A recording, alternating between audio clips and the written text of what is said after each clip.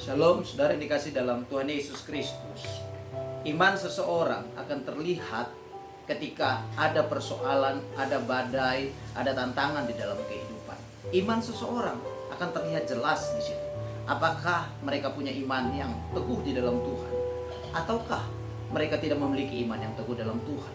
Ada satu kisah di dalam Alkitab yang dicatat dalam Matius 8 ayat 23 sampai 27. Itu kisah ketika Tuhan Yesus menghardik angin ribut dan danau. Saat itu murid Tuhan Yesus sedang berada bersama-sama dengan Yesus di perahu. Lalu sekonyong-konyong kata Alkitab, mengamuklah angin ribut di danau itu sehingga perahu mereka ditimbus oleh gelombang. Tetapi Yesus sedang tertidur. Yang menarik adalah apa yang terjadi dengan murid-murid Tuhan Yesus hari itu. Hari itu murid-murid Tuhan Yesus sekonyong-konyong, seperti sekonyong-konyong juga dilanda oleh yang namanya ketakutan. Lalu mereka membangunkan Tuhan dan mereka mengatakan, Tuhan tolonglah kita binasa. Mereka berkata demikian seperti orang yang kurang iman, saudara. Mereka tidak menyadari bahwa mereka sedang bersama-sama dengan Yesus. Sekalipun hari itu, saat itu, Yesus sedang tertidur, saudara.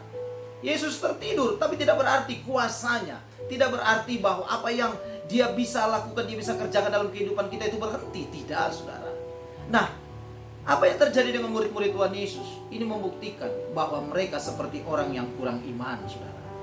Iman adalah dasar dari segala sesuatu yang kita harapkan dan bukti dari segala sesuatu yang tidak kita lihat, kata Ibrani 11 ayat 1. Nah, penting sekali kita memiliki iman, karena iman itu berbicara tentang Tuhan. Kalau kita punya iman, kita percaya kita bisa melewati setiap masalah karena Tuhan.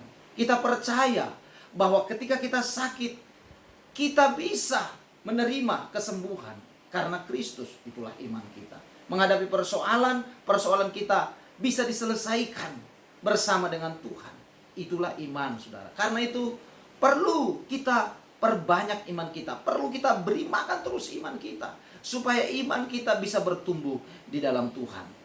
Jangan seperti murid Tuhan Yesus ketika mereka sudah bingung, sudah panik, ya, lalu mereka takut dan akhirnya keluar dari mulut mereka, orang apakah dia ini sehingga angin dan danau pun taat kepadanya. Ini perkataan seperti orang yang kurang iman. Karena itu, saudara yang dikasih dalam Tuhan Yesus Kristus, beri makan iman saudara.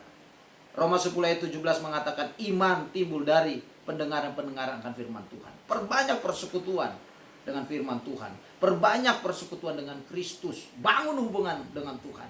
Itulah yang akan menguatkan iman kita. Saat badai datang menghantam hidup kita, kita tahu kita sedang bersama dengan Tuhan. Kita tahu bahwa Tuhan tidak akan pernah membiarkan kehidupan kita. Saya berdoa supaya kita menjalani hari-hari kehidupan kita mulai hari ini dan seterusnya, Kristuslah yang menjadi penolong kita satu-satunya. Dengan iman yang teguh, kita hadapi, kita jalani hari-hari ini. Tuhan Yesus memberkati.